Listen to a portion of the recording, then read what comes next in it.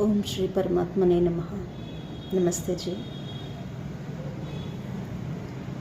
आज पुनर्जन्मों के विषय में आपसे कुछ बातें बताना चाहती हूँ।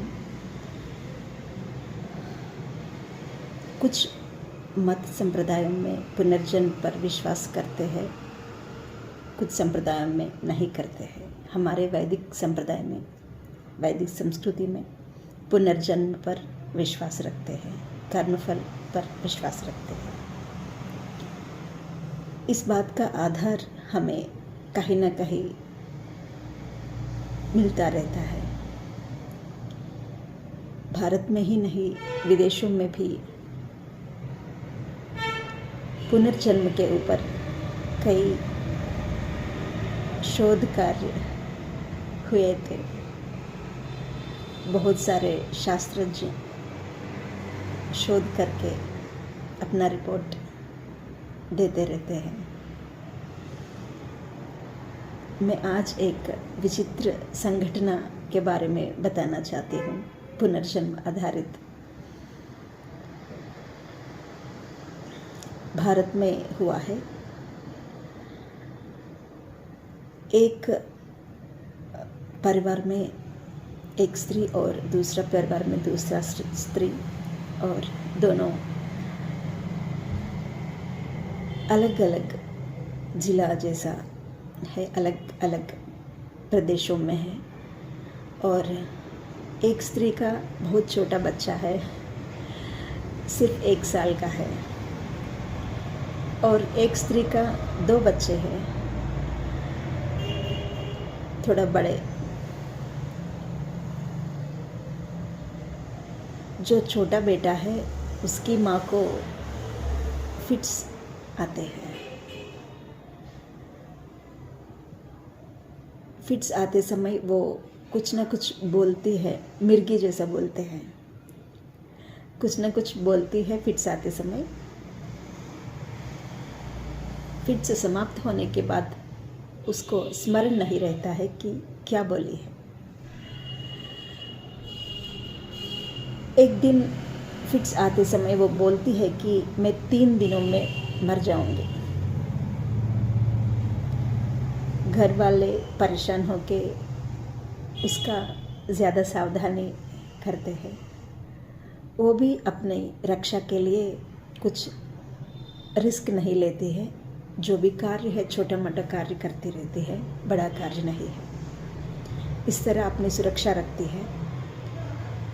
अंततः तीसरा दिन जब उसकी सहेली आके चौखट पर मिलती है, तब अचानक फिट्स आके मर जाती है।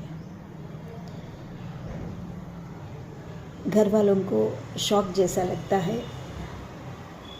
परिस्थिति को संभालने में थोड़ा समय लगता है। इस बीच में लगभग 24 घंटे गुजर जाते हैं। ये एक स्त्री की कहानी है। और दूसरी स्त्री की कहानी जो दोनों बच्चों की माँ है, उस स्त्री की कहानी है। यह है कि उस स्त्री रेलवे ट्रैक पर उसका मृत शरीर मिलता है। परिवार वालों को समाचार मिलता है। परिवार वाले जो भी अग्नि कार्य है वो कर डालते हैं करते हैं।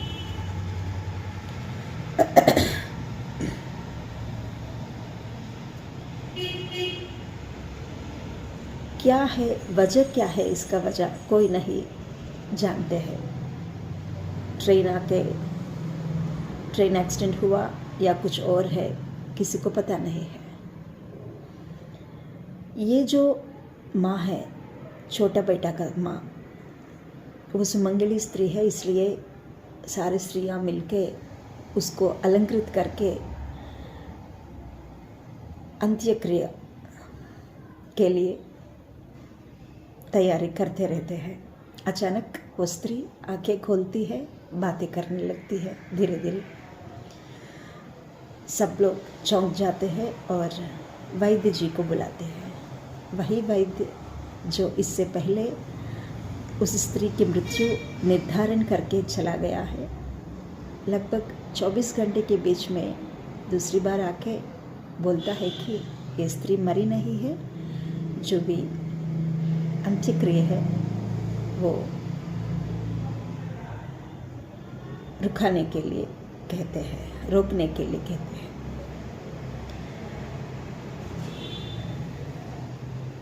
लेकिन उस स्त्री पति जब बात करने के लिए समीप आते हैं तो उसको निरोध करती है, पूछती है कि आप कौन हैं, मेरे पास क्यों आ रहे हैं।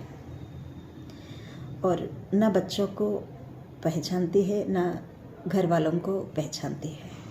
घर वाले समझते हैं कि कुछ शौक लगा हुआ है,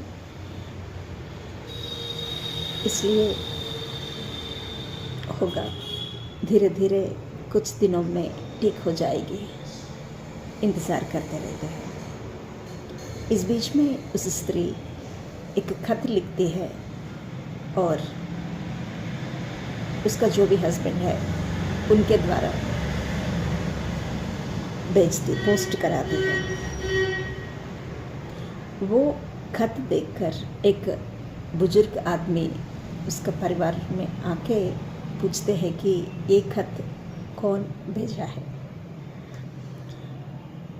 तब दौड़ती हुई उस स्त्री आके पिताजी बोल के रोने लगती है। उस व्यक्ति चौंक जाता है और पूछता है कि आप कौन हो।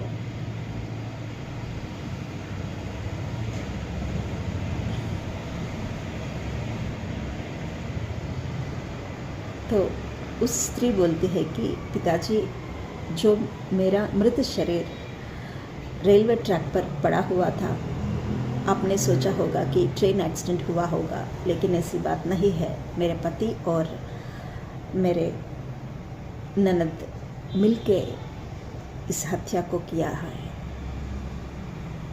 यहाँ इस देह में मेरा पुनर्जन्म हो गया है, ऐसे ऐसे बोलती है। पिताजी को भी आंसू आते हैं और सारे परिवारजन मिलके बातचीत करके अंतिम निर्णय उस औरत लेती है। वो निर्णय ये है कि जो पिछले जन्म का पति था वो राक्षस था, उसकी वजह से ना बच्चे चैन से रहते और ना पत्नी रहती, और इस जन्म में पत्नी जैसे प्रेम कर रहे हैं, वो अच्छा आदमी है और उसको भी एक पुत्र है। पिछले जन्म का दोनों बच्चों का दायित्व और इस जन्म का जो पत्नी मानते हैं उस पुरुष का पुत्र को दायित्व दोनों संभालना चाहती है और उस पुरुष से विवाह भी करना चाहती है, माँ बन के तीनों बच्चों को पालना चाहती है। ये उस औरत की अंतिम निर्णय है। मुझे लगा कि भगवान तीनों बच्चों के लिए इंसाफ न्याय कराने के लिए ऐसा किया होगा, क्योंकि एक तरफ राक्षस है और दूसरी तरफ छोटे बच्चा का माँ चली जा रही है कुछ रोग के कारण। तो दोनों परिवार को न्याय दिलाने के लिए भगवान ने ऐसा अच्छा संकल्प करके भेजा होगा।